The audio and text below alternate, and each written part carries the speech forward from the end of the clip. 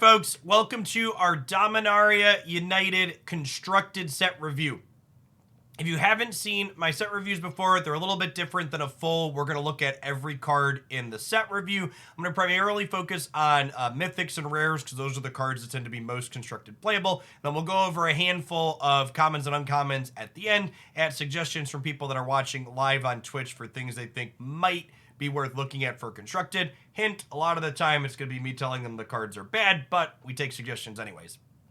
At any rate, Dominaria United is not just a new set release, but for those of us that play Standard and Alchemy as well, it also means rotation. What does rotation mean? It means that the oldest 4 sets in these formats that have variable set legality in them will be leaving us. So Zendikar Rising, Kaldheim, Strixhaven, and the Dungeons & Dragons set will all be leaving Standard, while the Innistrad sets, Neo Kamigawa, and Streets of New Capenna will all be remaining legal, in addition to Dominaria United that will eventually be releasing here soon after. This is the paper set release day. Obviously, this releases on Arena 2 days from when I'm recording this on September 1st, which is Thursday. Anywho, let's, before we dive into talking about it, I will like to say in general, my thoughts on which cards, or maybe especially Standard and Alchemy playable, are going to be a little bit more conservative than when we have a non-rotating format. It's just tough to know what a rotated format's going to look like, right? Zendikar and Dungeons & Dragons specifically leaving means that our utility lands are all changing. We're no longer going to have bolt lands. We're no longer going to have creature lands. Strixhaven and Kaldheim, you know, all these sets have a lot of format staples in them. We're losing Goldspan Dragon. We're losing Magma Opus. Other powerful cards like Meathook Massacre are going to be remaining legal, so those are probably good places to start. We're losing Pathways as far as fixing goes, and they're getting replaced with some Pain lands, which is notably dual lands that are better for aggressive decks than control decks, so it'll be interesting to see where things take out. But without further ado, let's dive on into talking about some Dominaria United cards here, huh? Let's start with some Planeswalkers, huh? Some Planeswalkers have been completed, which means you have the option to pay them for some life instead of mana, and they enter with less loyalty counters. So a Johnny Sleeper Agent. Reveal the top card of your library.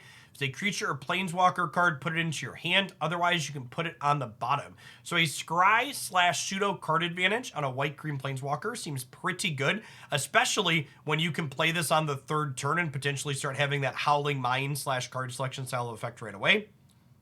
-3, you obviously can't use right away if it's completed, but it can put 1/1 counters on things, give them vigilance till end of turn. This is a form of pseudo self-protection if you play it on turn 4. Makes your board a little bit bigger so you can block for it. And the emblem here says, whenever you cast a creature or Planeswalker spell, target opponent gets 2 poison counters.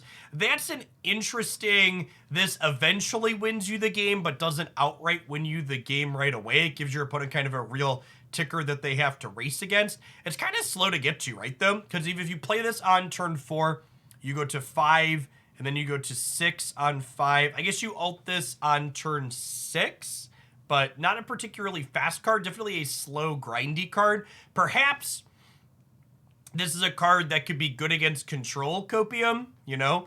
It's a card advantage on the +1, and then it has an emblem that eventually wins you the game from notably just casting your spells. Your spells don't have to resolve to give them poison counters, so this could be a good anti-control card. We'll see, though.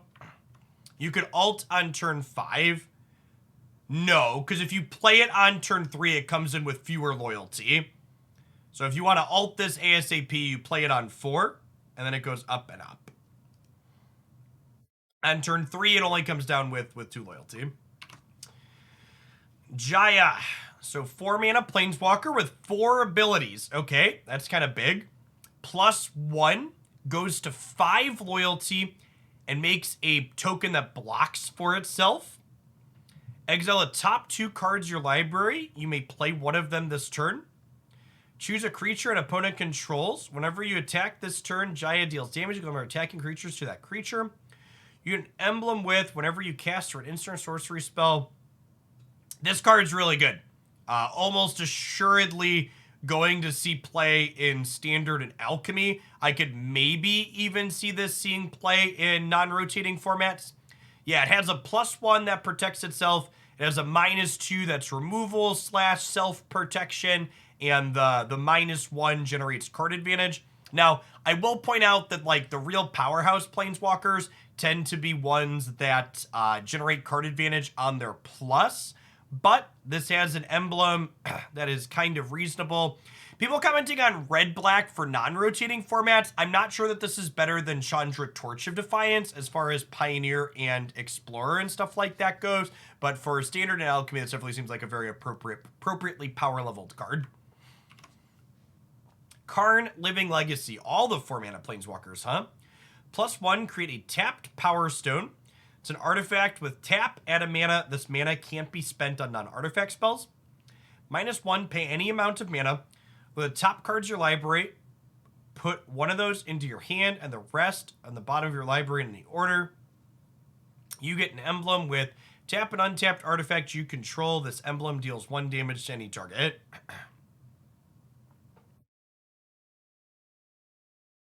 Probably not great. A card like this is context dependent on what else is going on in the format.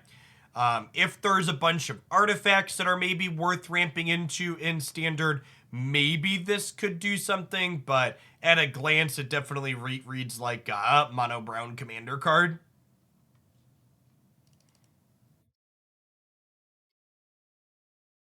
Karn's Stylex enters the battlefield tapped.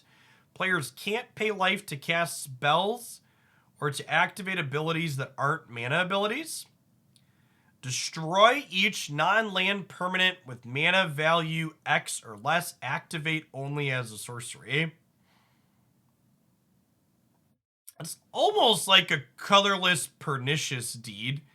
I honestly wouldn't be surprised to see this see some modern play, because not only can it clean out the board there, but it also turns off fetch lands.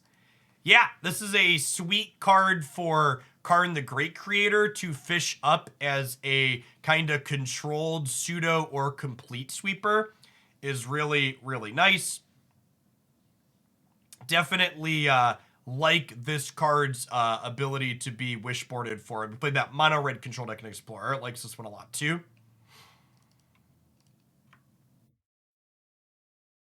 Rith! I love dragons, chat. Other dragons you control have ward. This has ward 2.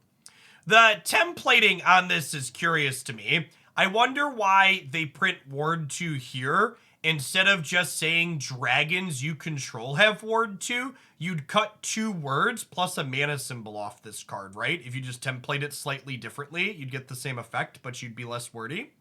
Wonder why they do it like that. At the beginning of your end step, if a creature or planeswalker an opponent controlled was dealt excess damage this turn, make a 4/4 flying red dragon. Wow. That's really sweet. I like it. Okay, so you can play this post-combat after blocks and damage and stuff had happened, and it probably nets you a dragon that turn, right?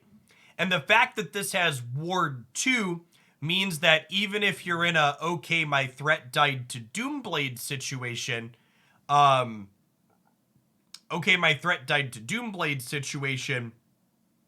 you end up with a pretty tempo even exchange, right? Because most removal spells that kill this cost 3 to 4, which means that your opponent's spending 5 to 6 mana to kill your 5-drop. I could see this being playable.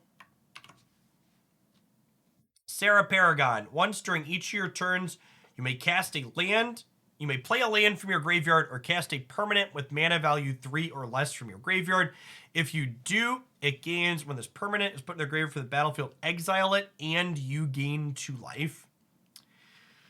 This is neat. The thing to acknowledge about this is that even though this says 4 here, it's not really a 4-drop, right? In order for this to be a card that you're going to get value out of in a lot of situations, you need to be able to cast this and use its ability to play a card from your discard pile to generate card advantage, like right away. Yeah, it's also worth noting, because this is a paper boomer magic card, if you blink the thing that you bring back with this, it can go to the graveyard and get brought back again, which is nice. Yeah, you can play a land, but even if you're playing a land with it, it's still not a 4-drop, right? Because you're not playing that until the 5th card to play a land from your graveyard, and you need to have a land in your graveyard to begin with to be able to play from there. Plus, playing a land with a card like this isn't really the card advantage you're really looking for with an effect like this a lot of the time. So that's a very pedantic Magic player actually, but stop and think about it and, you know, stop being pedantic. The Purifying Blade Bant Legend. Beginning of your end step, you may pay X. If you do draw X cards, X can't be greater than the amount of life you gained this turn. This is probably just an EDH card.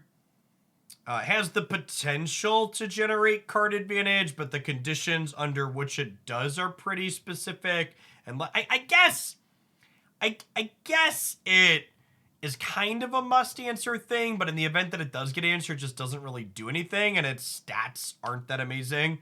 Not always, Tumos. Not if they have a lot of setup or cost a lot of mana. Sheldridge the Apocalypse. Stat line is good. Whenever you draw a card, you gain 2 life. Whenever an opponent draws a card, they lose 2 life.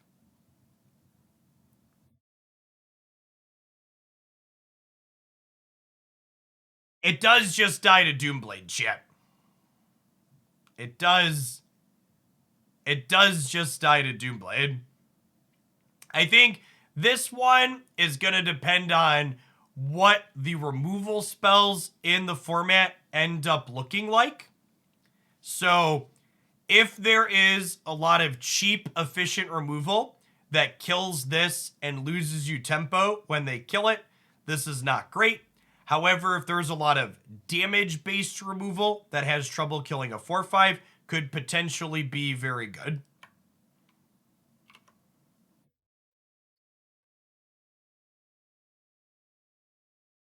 Silverback Elder. When you cast a creature spell, choose one. Destroy target artifact or enchantment. Look at the top 5 cards of your library. You can put a land from among them on the battlefield tapped. You gain 4 life. 4 life.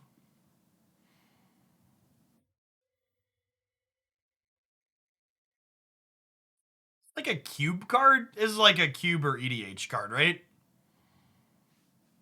Yeah, not likely very 60 card constructed playable, I don't think. Unless there's like no removal in the format. Solkanar the Tainted. At the beginning of your end step, choose one that hasn't been chosen. Draw a card. Each opponent loses 2 life and you gain 2 life. Deals 3 damage to target creature or planeswalker. Exile it and then return it to the battlefield under an opponent's control. All right, I assume at some point I'm going to get paid money to lose for an hour with this card.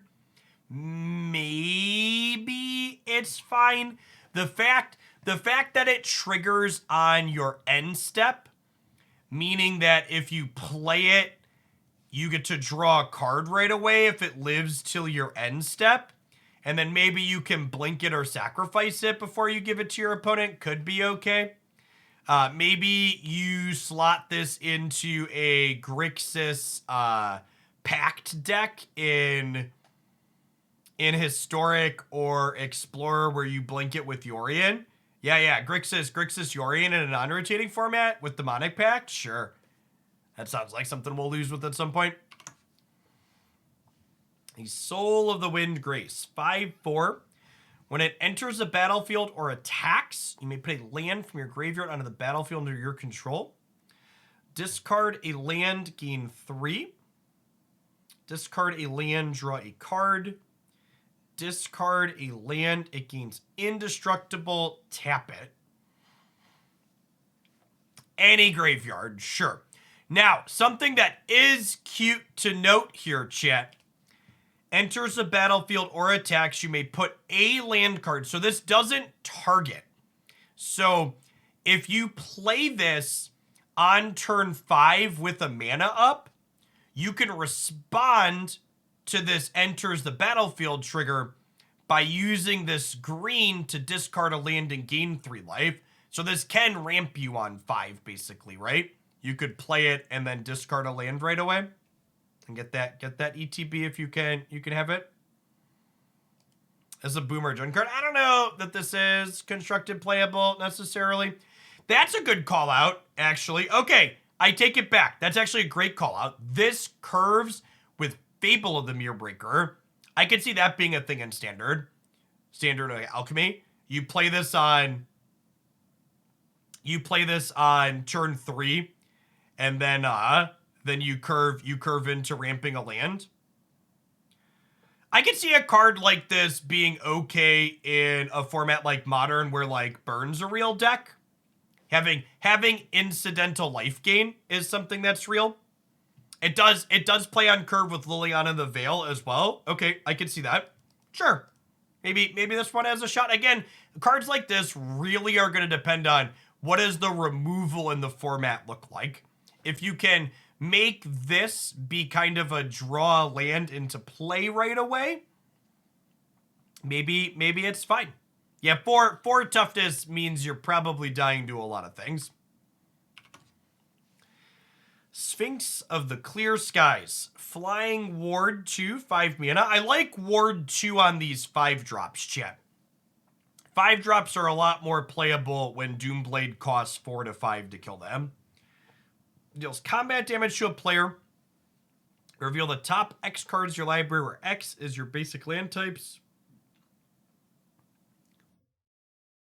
So it factor fictions based on your number of land types. And notable that land types counts things like your triomes, right? So a triome gives you 3 land types towards this, which is kind of gas. Yeah, that's good. This is probably super reasonable as far as finishers go with the ward on it. The World Spell.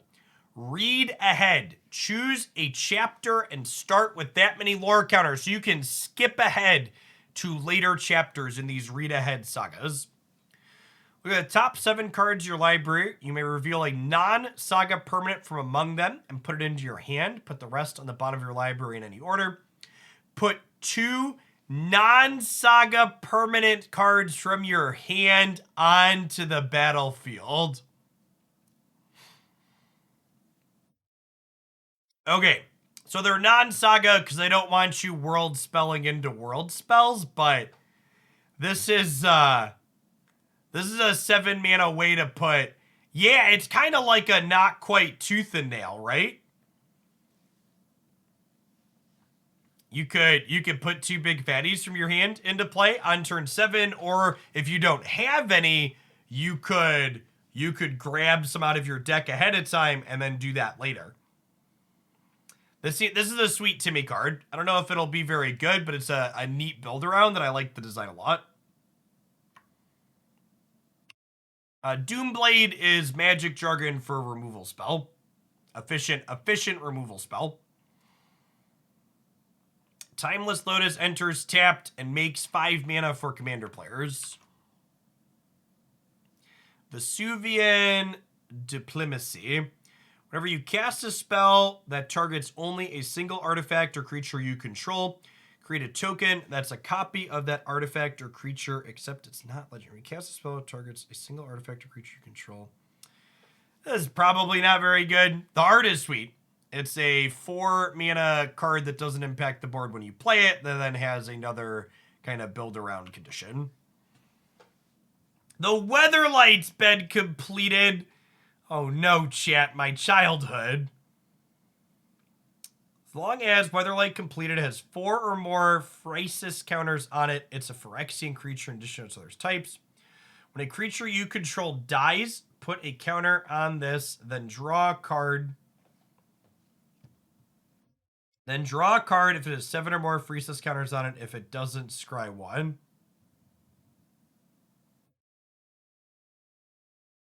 Wait. It doesn't do anything, right?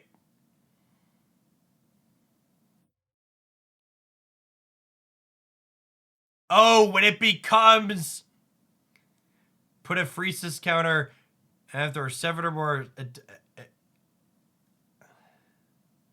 Okay, so when 4 of your things die, it becomes a creature and can attack. And it scries up until it has 7 counters. And then when it has 7 or more, it draws a card. Yeah, this is really good in a sacrifice deck. This could see like Explorer, Pioneer, Historic play, and definitely with Anvil in Standard. Yeah, that's a gas card. It's Sweeper Protection. Chat, it's 2022. Sweeper's Exile. Come on now. Get with the program. Zur. Enchantment creatures you control have Death Touch, Lifelink, and Hexproof. Target non-orange enchantment you control becomes a creature. It shoots other types. The base power and toughness equal to its mana value. And this is permanent, right? This does not say till end of turn.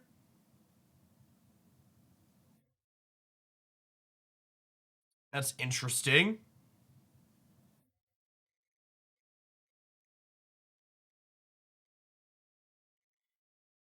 Stat line is okay, I guess. Probably an EDH card, but...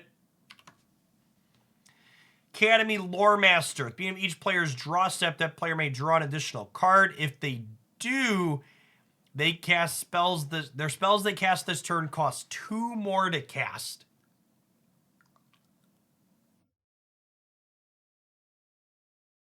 Huh.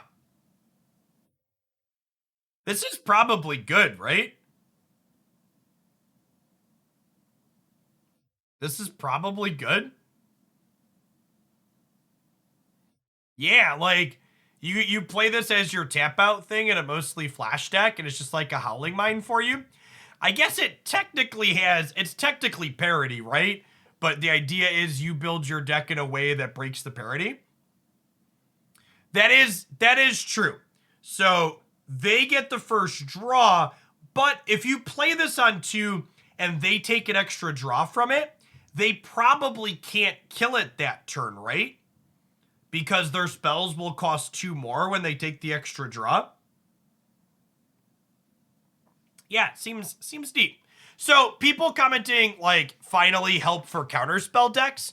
A lot of the counterspell decks, chat, don't like playing cheap creatures. So encouraging counterspell decks to play cheap creatures, that seems good.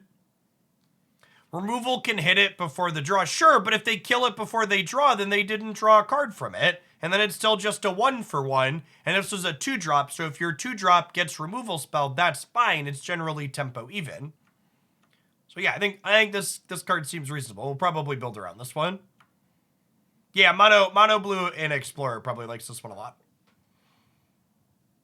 They kill it with the draw on the stack. Does that work that way? They can kill it with the draw on the stack?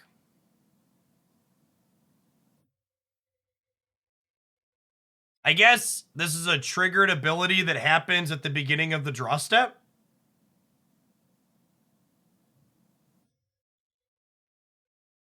They could also kill it during your upkeep. Sure. All right. Maybe it's bad. It might just be bad, chat. Let's say it's another bulk rare. I agree. Aether Chandler enters the battlefield, choose 1, get a bird token, return another target non-land permanent to its owner's hand, draw a card. Man of War looks very different today than it did during my childhood, chat. That card is, it's real good. When the rare is 3 commons in a trench coat. Yeah, this one will almost assuredly see some play. It's a wizard too. Like that's great. Yeah, it's blue Callous Blood Mage for sure. 3 for 3. When it enters the battlefield, look at the opponent's hand, then choose any card name. Spells your opponent's cast with the card name cost 2 more. Activated abilities with the source of your choice cost 2 more to cast. This is a neat disruptive card. So similar elite spellbinder energy, but with the upside that it impacts all cards. It's like if you spellbinder them and they have 2 of a card, you can't take both of them. Now, obviously, the downside is once they take Peacekeeper off the table, its effect no longer applies. So maybe they aren't forced to pay it, but I can see this one being reasonable. The stat line is fine. It has a meaningful disruptive effect, and the information that it provides isn't nothing. Archangel of Wrath, 3/4, with 2 different kickers that you can play both of. Enters the battlefield if it was kicked, deal 2 damage to any target. If it was kicked twice. Okay, so you just get 2 shocks. So for 6 mana, you get double shocks. Archangel of Mardu. You have 5 mana, single shock. Oh, it has lifelink. Okay, sure, and it's dealing the damage. So they're not just shocks, they're shocks and heals. Maybe fine. I don't know. The value on this one seems minimal for 5 and 6 mana. And the base stat line is not great. 4/4 for 4. With the top 7 cards in your library, you may reveal an equipment or vehicle from among them and put it into your hand. Put the rest on the bottom in a random order. Equipments you control have equip 1. Vehicles you control have crew 1. This is it, chat! He drives the Weatherlight. Yeah, that sounds like gas. No, chat. This drives the Weatherlight. This gives the Weatherlight a way to crew it regular. That sounds sweet. It's another way to make hammer time cheaper. It occasionally carries the hammer. It's definitely an EDH card as well. But yeah, I could see this one with Weatherlight being fine. Yeah, Colossal Hammer and Dreadnought in non-rotating formats. This is one we'll probably build around. Seems neat.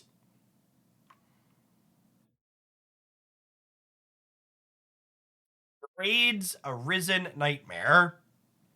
The beginning of your end step, you may sacrifice an artifact, creature, enchantment, land, or planeswalker.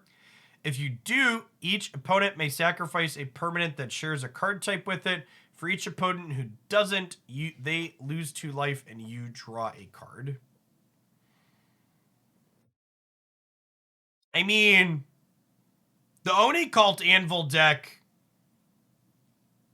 Yeah, I think that's accurate, press to pick. Yeah, the Oni Cult Anvil archetype is getting a lot of stuff. Yeah, treasure tokens for sure.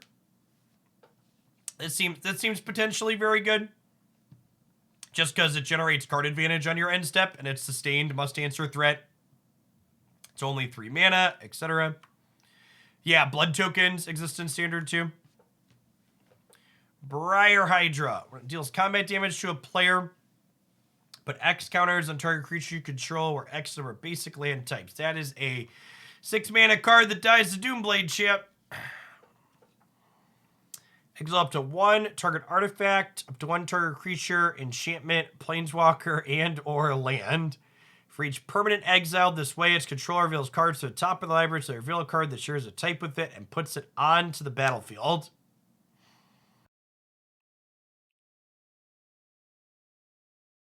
What if Chaos Warp but a lot? Yeah.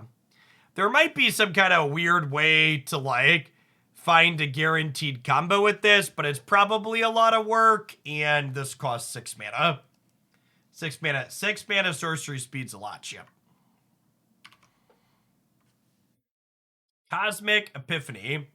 Draw cards equal number instant sorceries in your graveyard. That's a 6 mana sorcery speed piece of card advantage.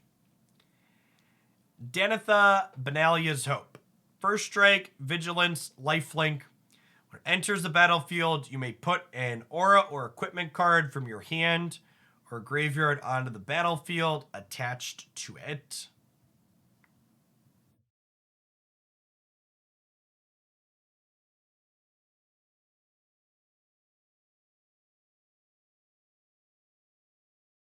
You think this card is nuts? Really?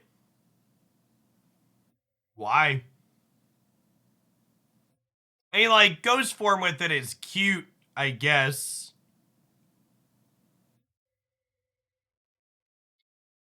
Is it card? It's not card advantage. I mean, like, yeah, it's fine against mono red. But, like, it just, like, eats a removal spell, right? Chat, you gotta dream way bigger if the thing you're setting up is, like, a 4/4 that keeps coming back for 5 mana. Yeah, this reads like a commander card. The Defiler. This cycle's neat. Additional cost to play blue permanent spells. You may pay 2 life. They cost 1 blue less to cast for life paid this way. Whenever you cast a blue permanent spell, draw a card. So, neat design. Makes your cards Phyrexian mana kind of on them. Completes them, if you would. Rewards you for playing blue permanents. Has a pretty mediocre stat line and no built-in protection, though. This one, and particularly in this cycle, doesn't seem great. Even if the upside is you draw cards after, like, the odds of you drawing a card with this feel kind of low. Defiler of Faith. Phyrexian mana clause. Whenever you cast a white permanent spell, make a 1/1 white soldier. It's neat with opt. I mean, this only draws you a card when you cast a blue permanent spell, right? Opt doesn't do anything here. Only permanents. You can't complete an instant or sorcery, chat.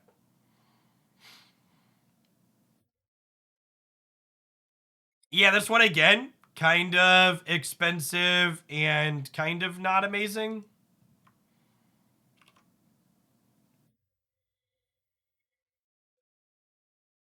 You cast a black permanent spell. Target creature you control gets 1/1 and gains menace until end of turn. This seems like the closest of these. It's at least only 4 mana, and like it has an okay stat line, but again, not a huge upside here. The payoff seems minimal.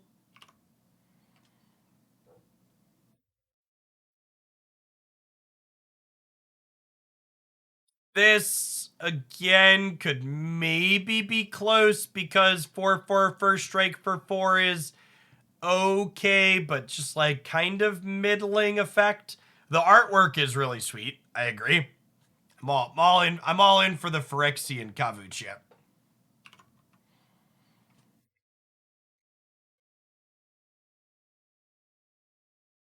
Put a 1/1 counter on every creature you control.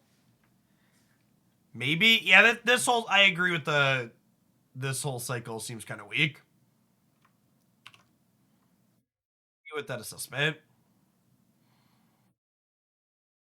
Each creature gets -X until end of turn, where X is 1 plus the number of basic land types among lands you control. So, I would like to call out that I do really like this design because I felt like Standard specifically didn't have enough ways to deal with indestructible creatures. So having another way to make indestructible be irrelevant is valuable for the format to have. All right, chat, this is it. This is my card. We are going to take a lot of rank and spike it deep into the ground with this card. 3/2, 4 mana, flash. Enters the battlefield. Counter a spell, activated ability, or triggered ability. Its controller draws a card. Destroy another target creature or planeswalker. Its controller draws a card. So many people in chat telling me that my boy is unplayable. And you know what, chat? You might be right. And my rank probably going to reflect that it's unplayable. But I'll be damned if we're not going to try, okay? Okay, frilled Chupacabra here and we're going to try and do big things, okay? We're going to try and do big things.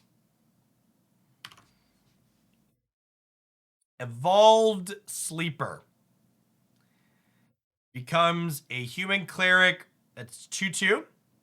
Oh my gosh, is this a mono black? I love cards that get bigger, chat. It's a cleric, put a death touch counter on it. It becomes a Phyrexian human cleric. Put a 1/1 counter on it. You draw a card and lose a life? This card's great. I like this one.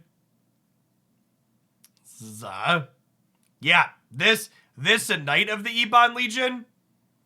Love it. Yeah, it's not quite level up, because you could technically do the third one multiple times, chat. Pour all your mana into it, draw all of the cards, make it as big as you want to get. Yeah, that sounds lovely. Sign me up. Golden Argosy. When it attacks, exile each creature that crewed it this turn, returned on the battlefield under their owner's control at the beginning of the next end step. Hey, chat, look, it's an enabler for the bad Grixis card you're going to make me play. It's a colorless way to blink him out and put him back into play. Yeah, look at that. We did it. We cracked the code. That dude's going to drive the party boat.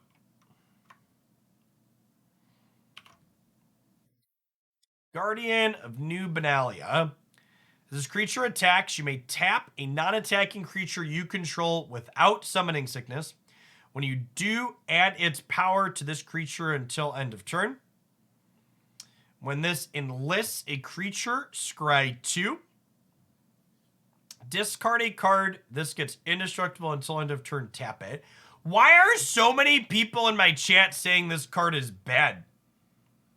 Anybody ever just said this card is bad? You need to take your card evaluation skills and put them in the trash can where they deserve.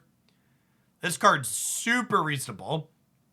Obviously, insert joke about indestructible and exile effects here, but like the fact that this can push into larger things with the enlist effect, you can then discard cards to keep it alive when they try and block it.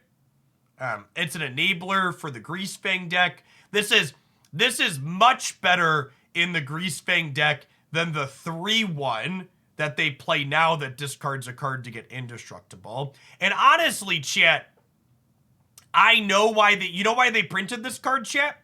Wizards of the Coast was looking at those Greasefang decks and Explorer and Historic, and they were like, we got to get these uncommons out of here. This triple color non-rotating format deck, almost all rares and mythics. Let's get some upgrades to these uncommons and make it all rares and mythics, okay? You can't have plebs playing the non-rotating formats. Come on now. Haughty Gin. This card's great. 3 mana, flyer. Power is equal to number of instants and sorceries in your graveyard. Instant and sorcery spells you cast cost 1 less.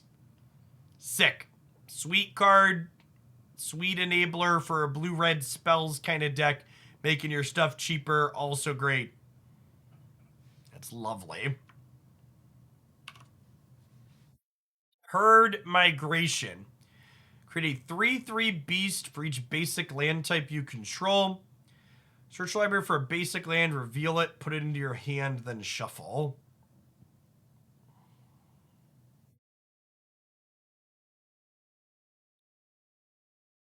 Play the land's not playable at 2 mana, right? So the question here, chat, is this doesn't ramp you. It's lay the land. Yeah, it has land cycling and gain 3. This is not good enough. This probably also isn't good enough, which means the card is bad. Whenever a player casts a spell that targets only a single creature other than Gleeful Spell Thief, you may copy that spell. The copy targets Ivy.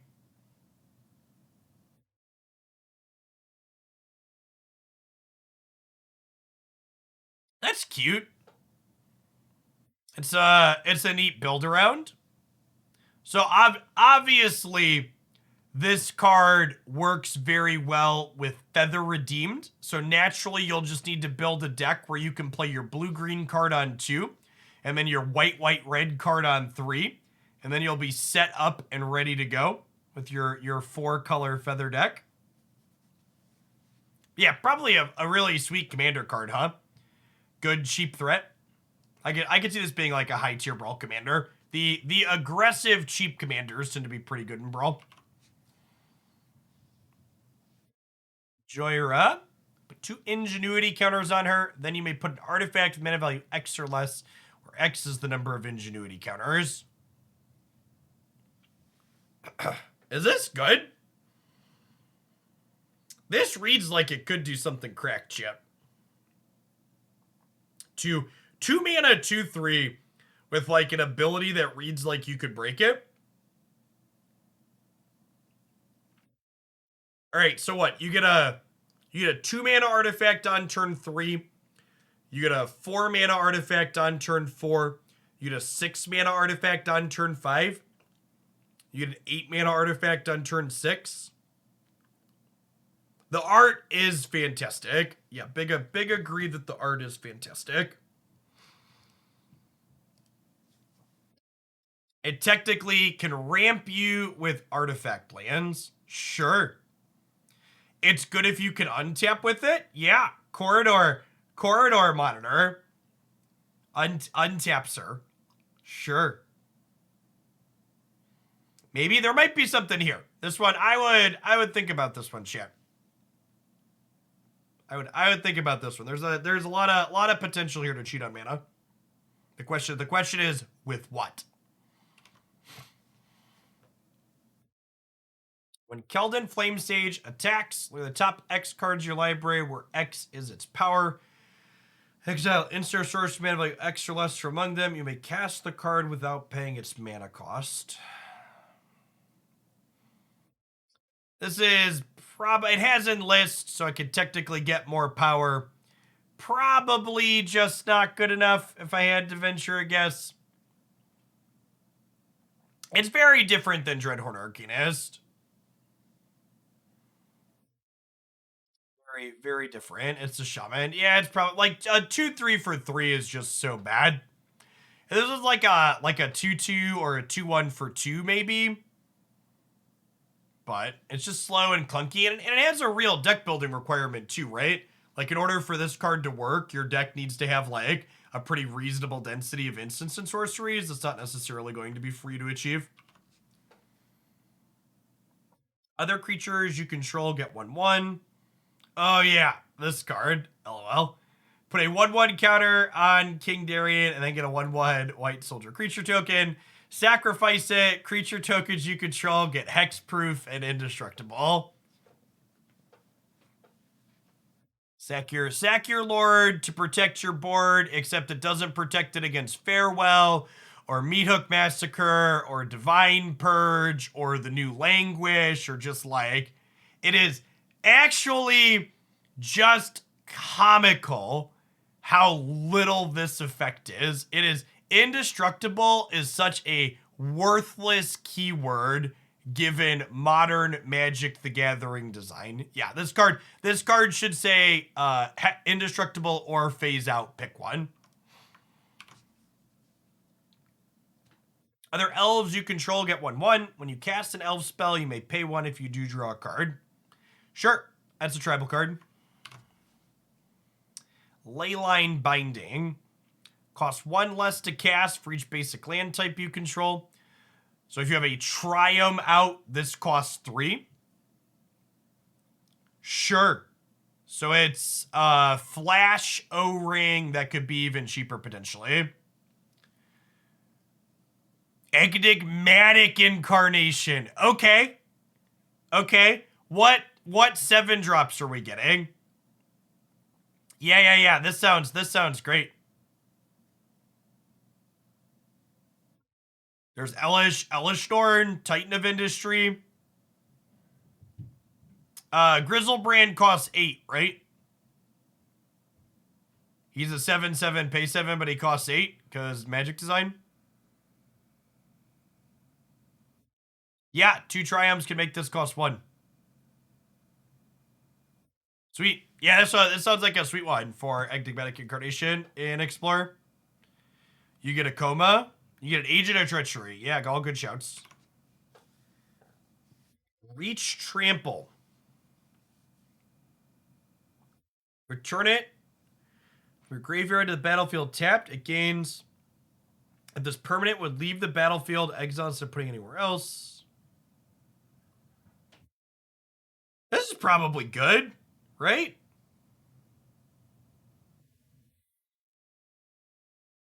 It's just like a 4/3 that comes back later. It's not like super flashy or impressive, but it just grinds a little bit. Yeah, it's just like a solid mid-range card if mid-range is playable. Yeah, like the stat line is fine. The abilities are fine, and like it gets to live twice. Yeah, even if you pay like 5 or 6 to bring it back later, like that's still fine because it was just like free basically because the front half of it is like close to reasonable.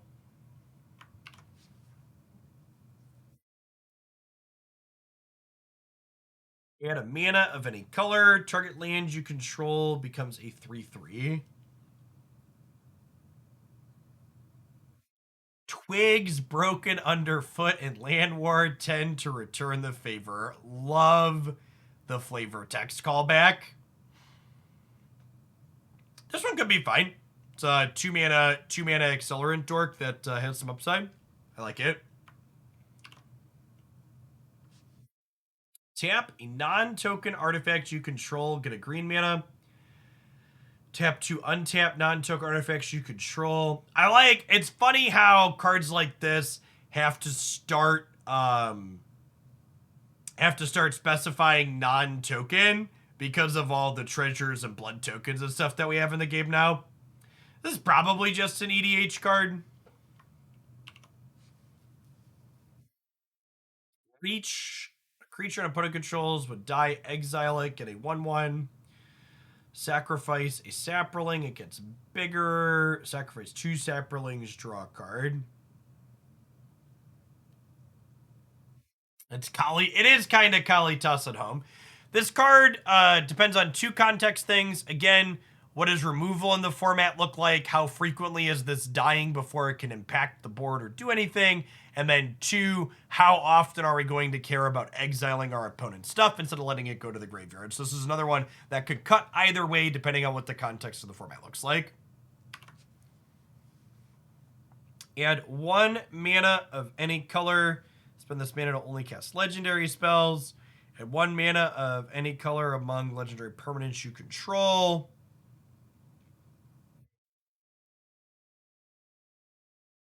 It's like put a commander card in a regular set. Sure. It's a neat design. It's fine. Just, it's a commander card. Cast a creature spell. Beast Caller gets bigger. When it dies, distribute its 1/1 counters to other creatures you control. Sure. Firebrand. Attacks. Target creature the defending player controls with power less than Firebrand can't block this turn. Okay. Gets 2/2 till end of turn. This is probably fine. 3/1 for 2's like a reasonable stat line. It helps you push damage through by making something not block, and it gives you something to do with your mana in the mid to late game, 5 mana for 2/2's not great, but it's better than doing nothing with your mana. There might be a domain aggro deck. Yeah, I could see that. When Rage Fire Hellkite attacks, you may sacrifice another creature. If you do, it gains double strike. Is the mana cost on this a typo?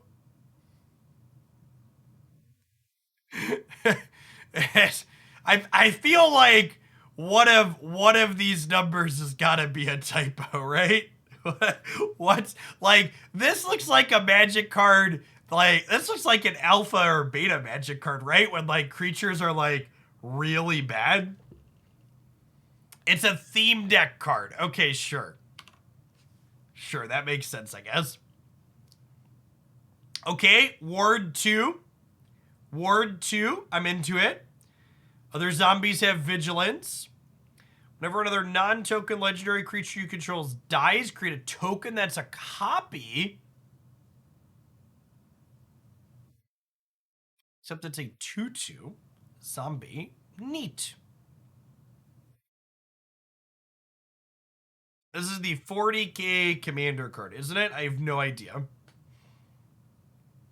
Oh, except the token's not legendary anymore. That's cool. Okay, so...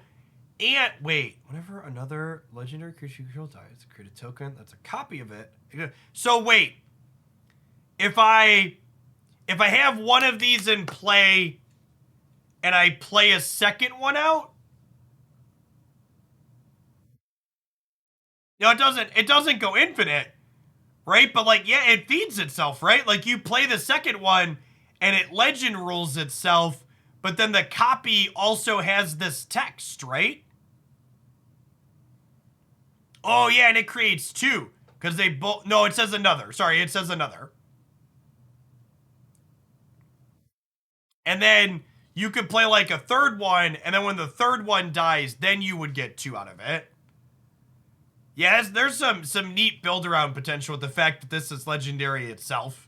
And you like play legendaries that give you the ability to play extra copies of themselves out or get some kind of value out of them are neat. So, this has some potential for sure. There are a lot of words on this magic card, chat. Love the artwork. Add 2 mana in any combination of colors. Spend this mana to only cast dragon creatures. Okay. Once during each of your turns, you may cast a dragon creature from your graveyard. Okay. The last line is downside, but I'm very into what this has going on. Like this is like, again, 3/3 menace for 3, like close to okay stat line. Can we play this with the... Was the dragon we looked at earlier Naya or Jund? Either way, I'm willing to play 4-color dragons. It was Naya, right? Yeah, okay. Okay, I'm down to 4-color clown. This with the Naya dragon sounds great. That sounds like something we'll do for sure. Plus, the artwork being a banger is also upside. I love the Venny show. Lizard people are great, Chip. I say as a perfectly normal human. Other goblins you control get 1/1. And when Redevolt Hordemaster or their goblin you controls dies, exile the top card of your library. If it's a goblin creature, you may cast the card until the end of your next turn.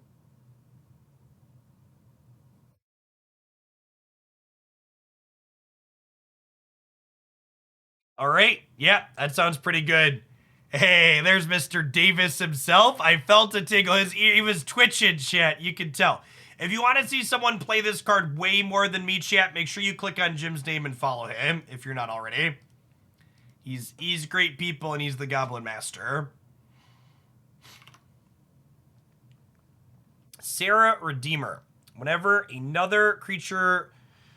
Power 2 or less into battlefield to your control, put 2 1/1 counters on that creature. This is really slow and bad.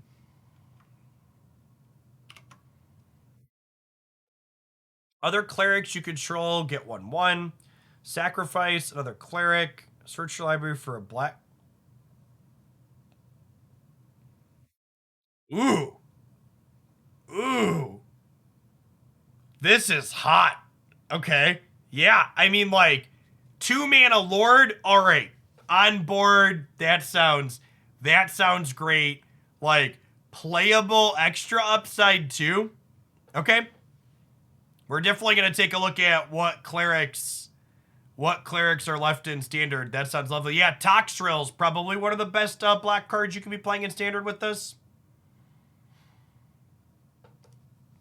Love it. You may cast it as though it had flash if X is 3 or less. Huh. Okay. Neat. This is probably really good, right? Because, like, it's like 4 mana, draw 2 at instant speed is like a base level cost for that effect. And, like, you can draw 3 for 5 at instant speed.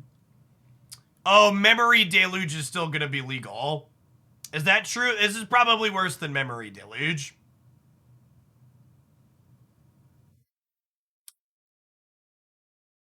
Yeah. Yeah, if Deluge is still legal, Deluge is better. Yeah, never mind. All right. Maybe once Deluge rotates, chat.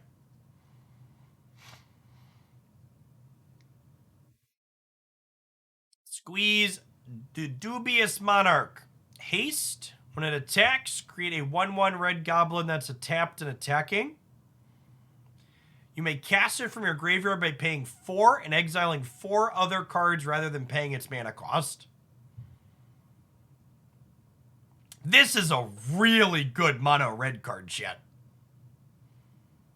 This is. Yeah. There's probably a red aggro deck in this format, and this is one of your headliners. Yeah, escaping, and we have Uro at home. You think it could just be a mid-range tree drop? Yeah, I can see that.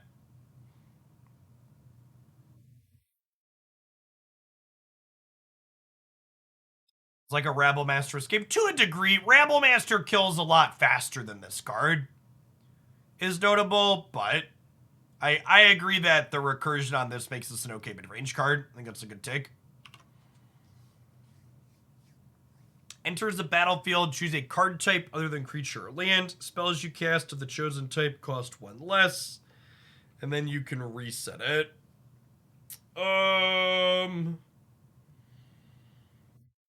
Might be something broken to do with this, but I don't know that anything jumps out at me offhand. Stronghold Arena. Get 3 life for each time it was kicked. Whenever 1 or more creatures you control deal combat damage to a player, reveal the top card of your library and put it into your hand. Huh.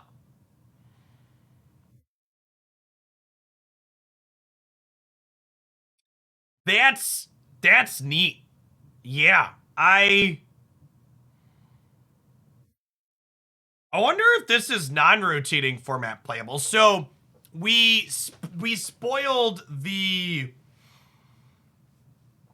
They spoiled the 1-drop, black 1-drop that levels itself up. And, like, any black 1-drop into this lets you start drawing extra cards right away. And, like, I would kind of like to play this with, like, Knight of the Ebon Legion. You can play this with Luris in Historic. That sounds incredibly gross. Yeah, okay, sure. Yeah, I think this one has potential. Yeah, I think this one has some solid potential. Temporal Firestorm. There are so many words on these cards, chat. X creatures or planeswalkers where X is the number of times this spell was kicked. Those phase out. Okay. So you kill most of the things, except you may save 2 things if you pay 7 or you pay 9. I guess.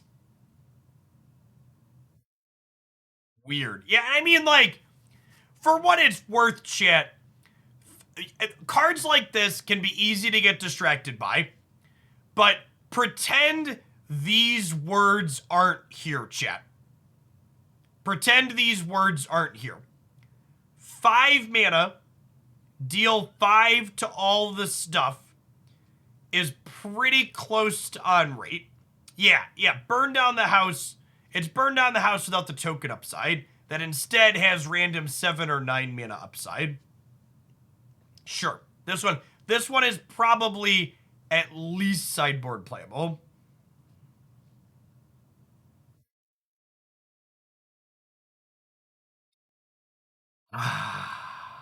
Temporary lockdown, shit. What is there to say about temporary lockdown? Best sideboard card in the set. Yeah, probably. Now, I will say they did at least do us the due diligence of this card does not work with Farewell. So unlike Portable Hole, where Farewell exiles the Portable Hole and then immediately exiles the creature that came back off of Portable Hole, the templated order of Farewell doesn't work profitably with enchantments. So it exiles creatures, then it hits just so like at the very least the saving grace here is if you're playing temporary lockdown, you can't realistically also play Farewell unless you're exactly my Magic Arena ladder opponent, in which case I'm going to get hosed by both of them in the same match often, I am sure. But realistically, you shouldn't play this in the same deck as Farewell. So I think from a let's make people choose which of these cards that are obnoxious and powerful angle, you know, there's that. Cruelty of Gix. The read-ahead sagas are really gas, I think. So again, you can jump to chapters 1, 2, or 3 to start. The read-ahead is the most important part. So this can just be a 5 mana reanimate. Or it could be so much more than that. Yes, I think if you play this, there are going to be a lot of spots where you frequently are just like, all right, chapter 3, I'll take my thing back.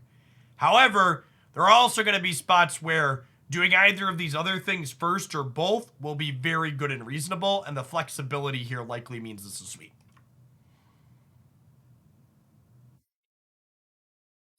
Elder Dragon War. 2 damage to each creature and each opponent.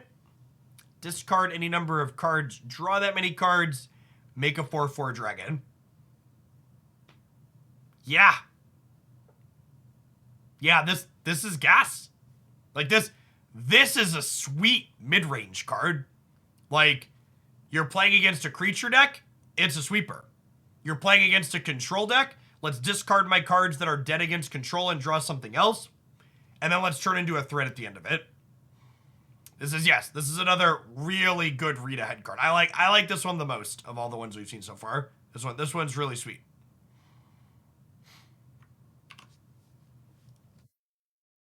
Another target non-land permanent phases out. It can't phase in for as long as you control the phasing of Zalfair. Wait, what?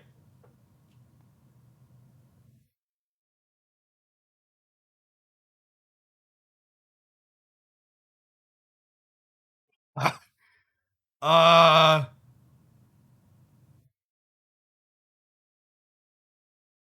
huh. I mean, like, it's not fully a board wipe, because, like, it's not a board wipe against, like, red aggro, right? Because, like, you're leaving them with 2/2s. But, like, yeah. Yeah, that's sweet. I really like all these read-ahead cards. Really good designs. At the beginning of each end step, if a player discarded a card this turn, create a 1/1 black bird token with flying. This creature can't block.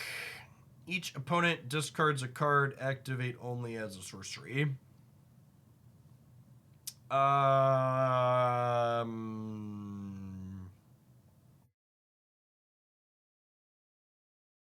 This is cute. This is cute with blood tokens. It's maybe fine. The what you expect to get out of a 2-drop is like seems fine.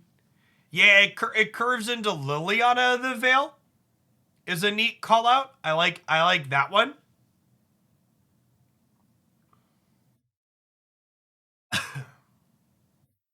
This card will be decent. The decks it'll be in will be bad. That's a good one, and I that's probably true. It'll be the best card in the awful decks it's played in. Okay, so this is an untapped gate. As someone who's played gates a number of times in recent memory in Historic, I think gates is actually pretty competitive in Historic, and this card's gonna make it better. So this is a rainbow land that then hurts you to make mana with it, right? This is a big upgrade for Historic Gates, and this is probably a fine card for multicolored aggro in Standard.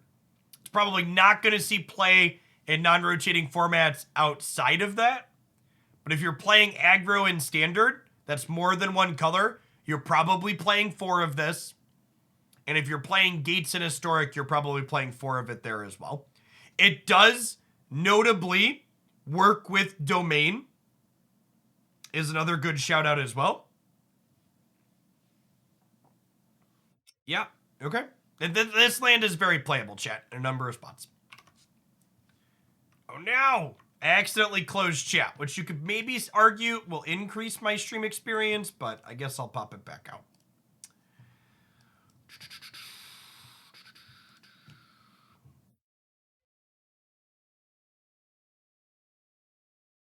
All right, threats undetected. Search your library for 4 creature cards with different powers, reveal them, an opponent chooses 2. Shuffle the chosen into your library. It is kind of a Gifts Ungiving callback with the artwork. The artwork is definitely a Gifts Ungiving callback. They even remember to put the word different in it, which is nice.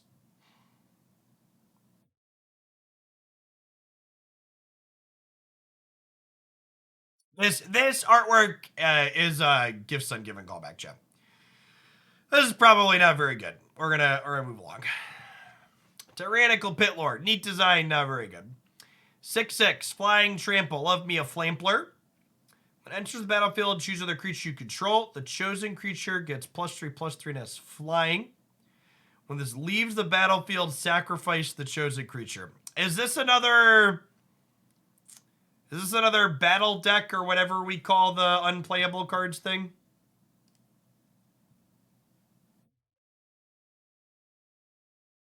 Yes. Okay. This card's really bad. Okay. Urborg Lurgoyf. Power and toughness equal to the number of creatures in your graveyard. And it mills you for each time you've kicked it. The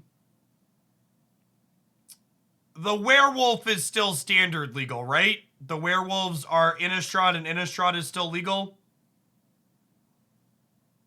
This card is probably not playable into a format with the 3/3. Whatever. Well, you know the 3/3 I'm talking about. The werewolf that exiles cards when it comes into play. Trespasser. Yeah, this card's not really playable, I would imagine, in a world where Graveyard Trespasser is a premier threat, and I would wager Graveyard Trespasser is a premier threat.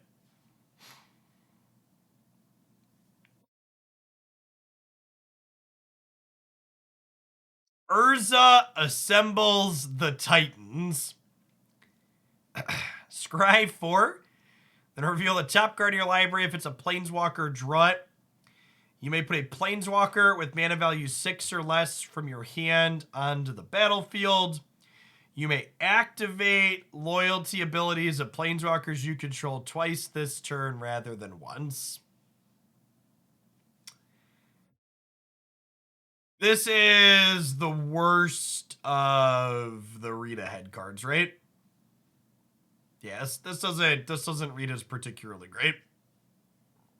It's like super situational card draw. It ramps you 1, gives you 1 extra ability. You can cheat Ugin into play. Mana value 6 or less. So you mean like 6 mana Ugin? Yeah, I guess.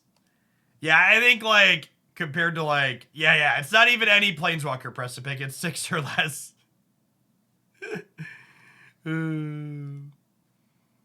Valiant Veteran. Other soldiers you control get 1/1. Exile it from your graveyard. Put a 1/1 counter on each soldier you control. Sure.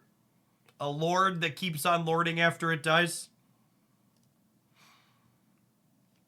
This card's great. I'm looking forward to trying Merfolk inside of Historic with this card.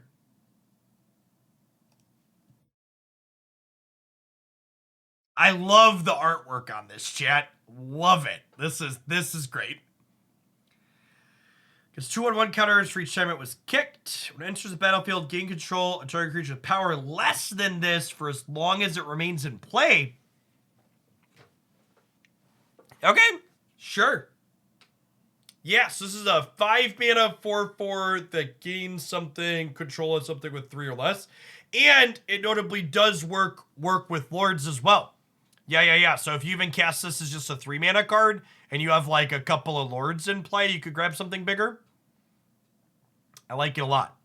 All right, so I noted, I had someone ask during the thing and I didn't want to get disrupted, but Liliana the Veil's in this set, right? The filter that someone gave me here didn't filtered out Liliana the Veil for some reason, who's obviously great. Each player discards a card, target player sacrifices a creature, and then, you know, -6 probably win the game. So lovely. What other, it filtered out reprints. All right, what other reprints are in this set, chat? Are there other rares or mythics that are reprints that I need to look at? Pain lands are great. Sign me up. Pain lands are wonderful. Lovely. Great Nagro, worse in mid-range and control. It's exactly what you want to see. You have commons and uncommons I should look at? Hit me, press a pick. I trust you more than most. You want to actually just DM me on Discord or you want to do it in chat?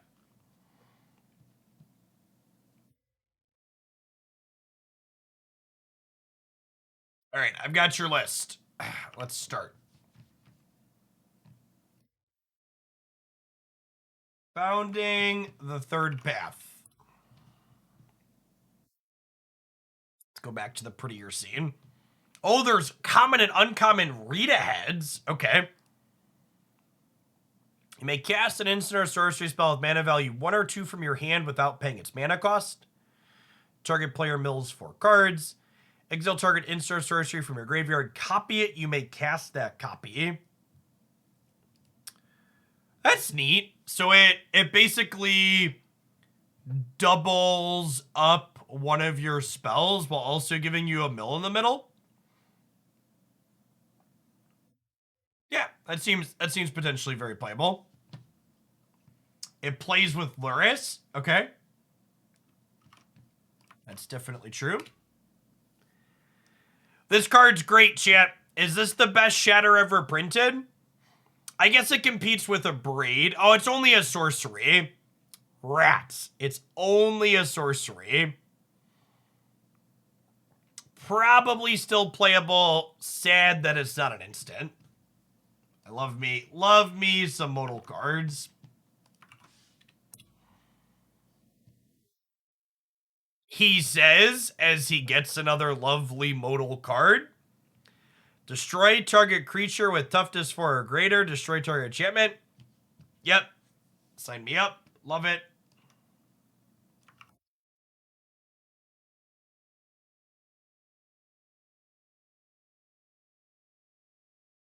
Oh yeah, we were talking about mono red cards, chat.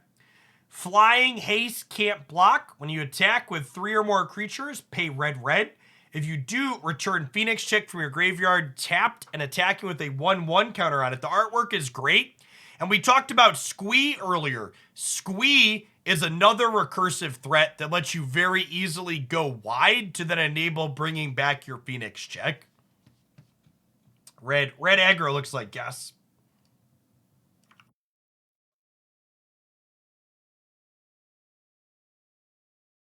Target creature gets 1/1 and gets hexproof. Untap it. Sure. Playable trick.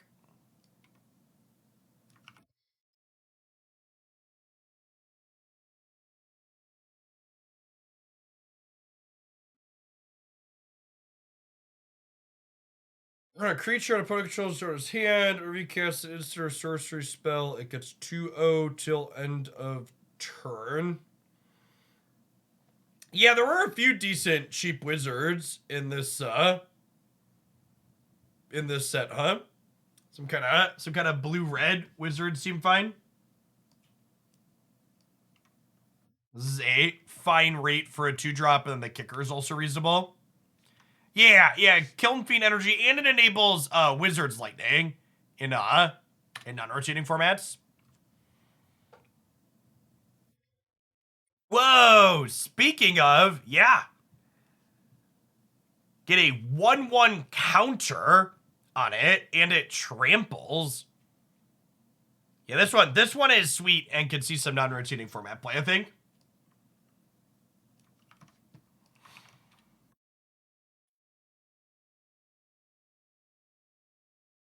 Power is equal to the number of basic land types among lands you control. Okay. Maybe, yeah, it could be a 5-power trampler for 2. The art is great. I could see this being fine. Well, obviously you're not a mono green stompy deck. If you're trying to make this card work, you're a multicolor deck, but maybe. 5/3 for 2 is a lot of potential, and it's probably easily a 3/3 for 2, right?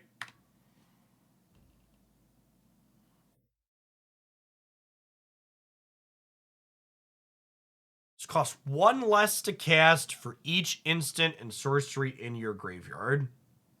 So to make this cost 2, I need 5 cards in my graveyard. That's probably pretty doable, right? Yeah, this plays well with the 3-mana Djinn that we saw earlier that gets attack equal to the number of things in your graveyard. I can see that being okay. And again, Ward 2 is nothing to scoff at, chat. Like, the fact that they're going to have to pay extra to kill your things seems fine. Very much Murktide at home. At some point, we'll get to play this card alongside Stubborn Denial.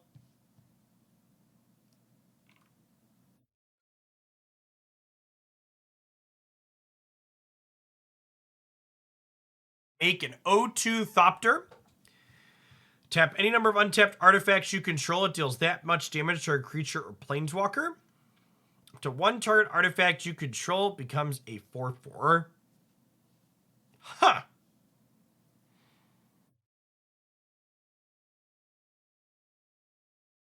That's kind of neat. None of the artifact decks in Historic are playing red. I don't know if this has enough support to do a thing, but the design on it is interesting.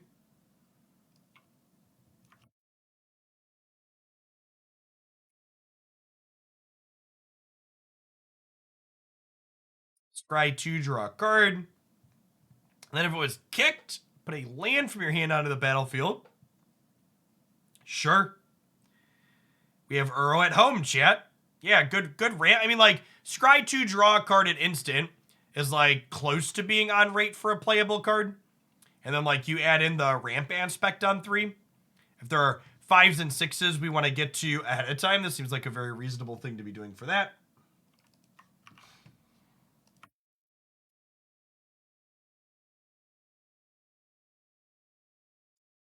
Enters the battlefield, search your library for an instant or sorcery with mana value 1, reveal it, and put it into your hand.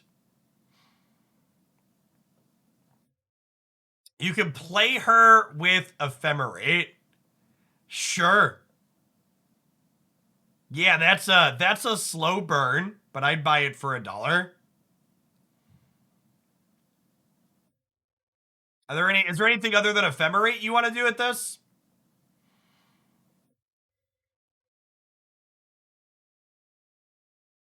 He finds Thoughtseize and Fatal Push. Sure does. Sure does. All right, sure.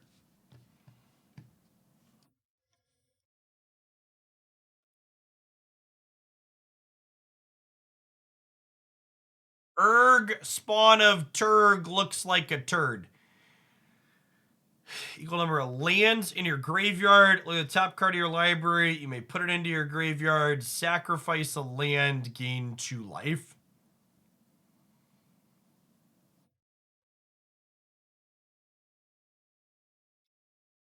Probably not.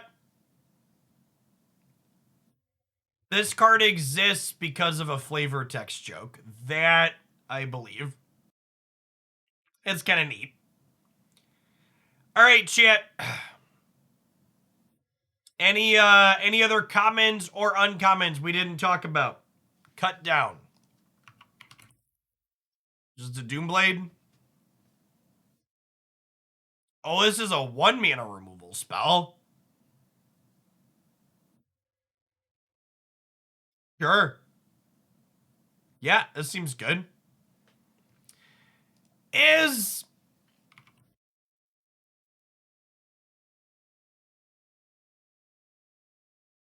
Impulse actually good?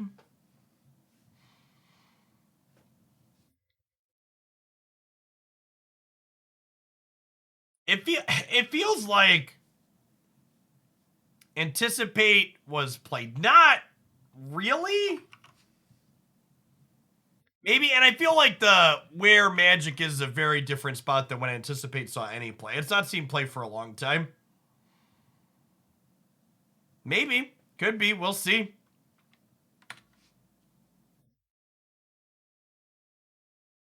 Oh, this card is very good. This card is very good, chat. Unsummon with solid upside. This is an unsummon that upgrades to murder. And it hits planeswalkers too. I like this one a lot. This one is super reasonable, I think.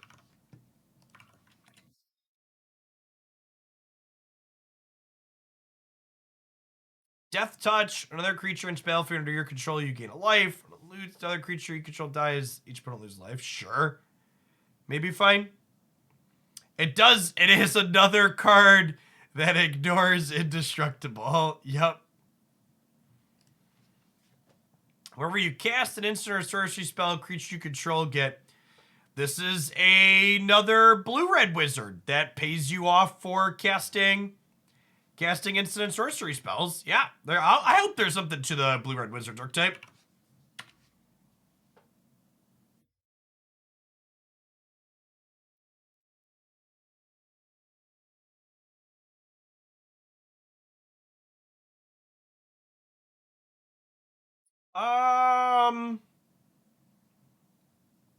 This could be okay.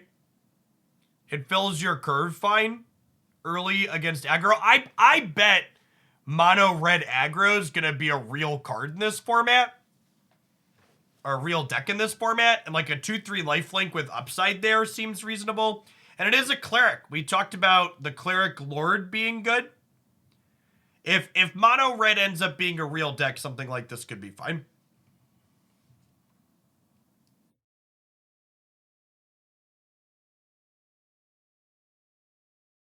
Combat research. This deals combat damage to a player, draw a card. Okay, so we have another Curious Obsession if we want it. Got it.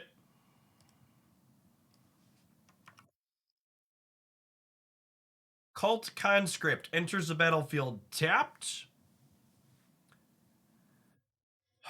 That's an interesting one. So usually these two these 2-1 for 1 black recursive threats tend to be playable, so I honestly wouldn't be surprised if this one did some work. It's a little bit more restrictive in how it comes back to play, but maybe. This card is not playable.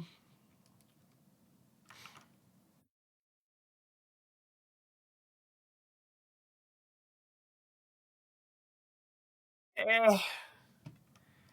We're getting to the we're running out of playable shit. Yep. All right.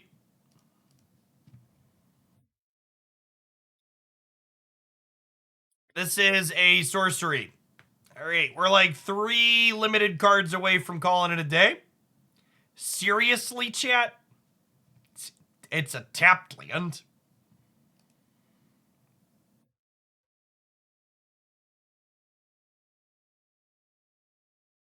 Lightning Strike. Sorry, people have asked. Lightning Strike is coming back, and Lightning Strike is probably playable. Agreed. I think we hit. Have we covered everything? I think we've covered everything, chat. We've been talking for almost 90 minutes, which usually how long it takes us. Wait, what? Dismember?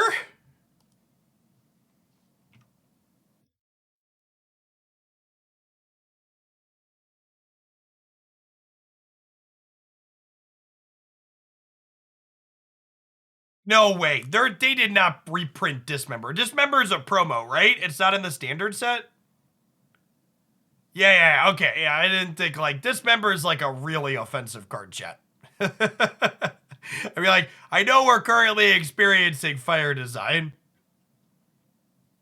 Chat, saying we missed a couple of mythics doesn't help me with anything. What card did we miss? If I missed it, clearly I don't know what you're talking about. Let's go back to the front of Scryfall and scroll through it. Oh, this is a reprint, right? Did you need me to tell you your 5-color card was bad?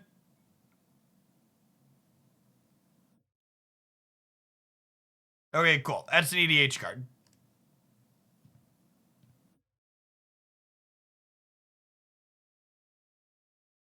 This card's kind of neat. I like this one. This one's got potential. It's a 4/4 flying haste for 5. And you like don't mind playing it on 3 or 4 as well.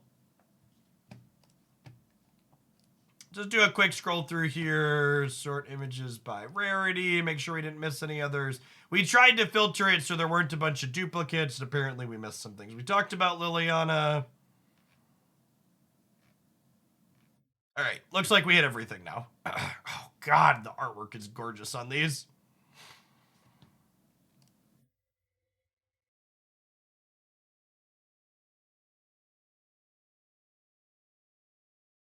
Oh, okay. Yeah, look at that. This one's good. Look at the top. X cards your library, or X is the number of basic lands you control. Put 2 in your hand. The rest in your graveyard. You lose 2 life. And it's an instant. This card's sweet. As someone who's cast a lot of Read the Bones over the years, this is a gas card.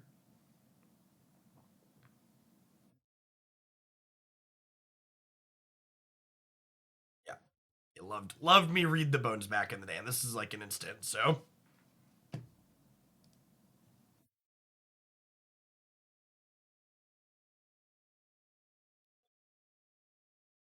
Maybe okay. Oh, that's a good shout out too. This gets around Narset because it's not technically drawing, huh? Sick. All right, if you missed any of that set review, it was almost exactly 90 minutes with this little bit extra rambling at the end. It's all going up on the YouTube channel. Remember, if you see a card or set of cards in this set that you're not quite sure what you want to do with it, and you enjoy my content and want to support me for a donation, I do build around deck submissions where you can either submit a specific deck or just a deck idea or set of decks, you can find the directions for how to do that on my website there. We're also going to have a promo with a meal box company, Green Chef, up later this week that will include a deck submission with it as well. For the rest of today, if you enjoy my stuff though,